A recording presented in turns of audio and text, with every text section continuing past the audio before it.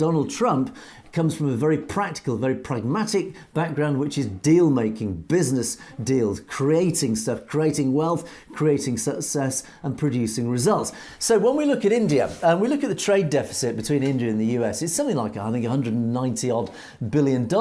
And the balance actually is that India is by far the beneficial party of this relationship. There's something like, I think I wrote it down, $118 billion a year goes into India from the US. So the US is buying $118 billion worth of Indian goods and services, whereas the other way around, it's $73 billion. In other words, there's only $73 billion flown back to India from the US. So there is a big deficit there, which means that actually India has an awful lot to lose and America has a lot to gain.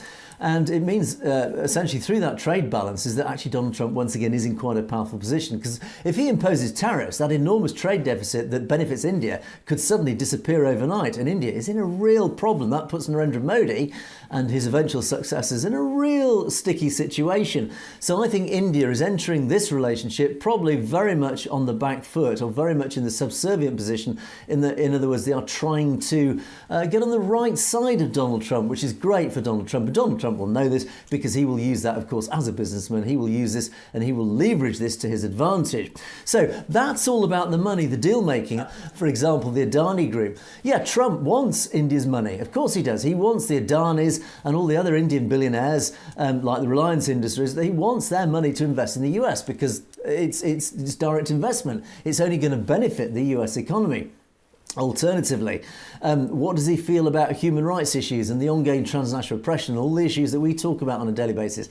Well, sadly, I think I do sense that his priorities will, of course, be America first. And by America first, I think we're looking at dollars. I think it's dollars first, and then everything else becomes second. But having said that, if he feels that if he can use the human rights issues to his advantage to get a better deal, he will. And this is why I think, pragmatically, I think the whole human rights thing and the transnational oppression thing will actually come into play, because I think he will use that as a bargaining chip with India. I think when he sits down with, or his representatives sit down with their Indian counterparts, they will bring this up in those discussions and say, look, if you want to spend your money in the US, if you want our money in India, you're going to have to do something about these issues, because, well, otherwise we can't make them go away, and we will highlight to the world what you're up to in India.